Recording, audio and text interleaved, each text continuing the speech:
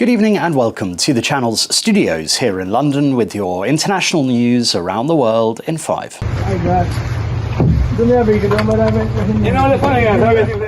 People in Jamaica are bracing for the impact of Hurricane Melissa, which is forecast to unleash destructive winds and bring catastrophic flooding to the Caribbean nation in the coming hours.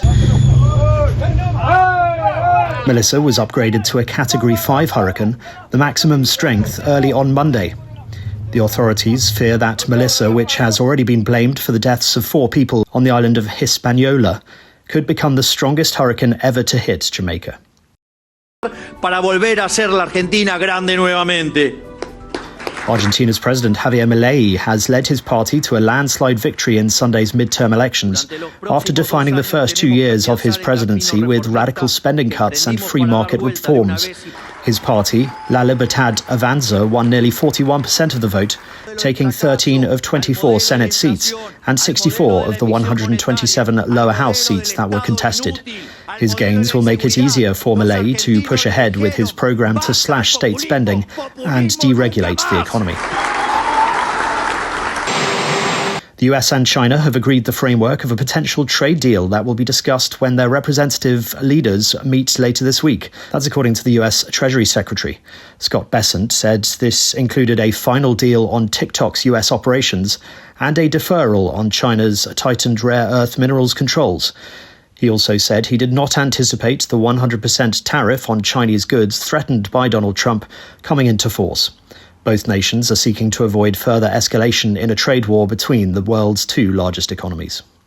We just finished 2 days of negotiations, and we've created a framework for the 2 leaders to discuss on Thursday in Korea. Food assistance used by more than 40 million Americans will not be distributed from November due to the ongoing US government shutdown. That's according to the US Department of Agriculture. The Supplemental Nutrition Assistance Program is used by 1 in every 8 Americans and plays a vital role in many grocery budgets. Earlier this month, the Trump administration declined to be drawn on a contingency fund that would have continued benefits, saying the money was needed for potential emergencies such as natural disasters. Teams from Egypt and the International Committee of the Red Cross have been allowed to search for bodies of deceased hostages taken during the 7th of October attacks. The Israeli government said the teams had been permitted to search beyond the so-called Yellow Line in the area controlled by Israeli defense forces in Gaza. Separately on Sunday, Israeli media reported that Hamas members had also been allowed to enter the IDF-controlled area of Gaza to aid in the search. It's believed 13 bodies remain in Gaza, but Hamas has previously said locating them is proving difficult, as rubble is covering burial sites. Hundreds of protesters have clashed with security forces in several cities across Cameroon, a day before the results in a highly contested presidential election are due to be announced. Police fired tear gas and water cannon at supporters of the opposition candidate in his stronghold of Garoua, a city in the north of the country. The protesters were denouncing what they said was a plan by the ruling party to steal victory from the opposition leader. The Sudanese paramilitary Rapid Support Forces says it's captured the army headquarters in the besieged city of Al-Fashir in what could be a major turning point in the country's civil war.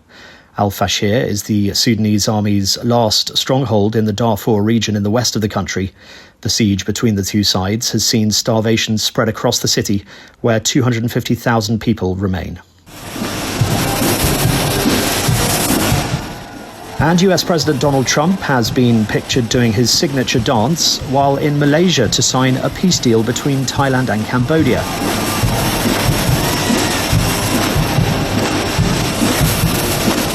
However, after the ceremony, Thailand's foreign minister refused to call it a peace agreement, saying he would call it a pathway to peace instead. Trade pressure from Trump led to a ceasefire in late July, ending 5 days of clashes that killed more than 24 people. And that's your international news around the world in 5. Now back to the channel's studios in Lagos.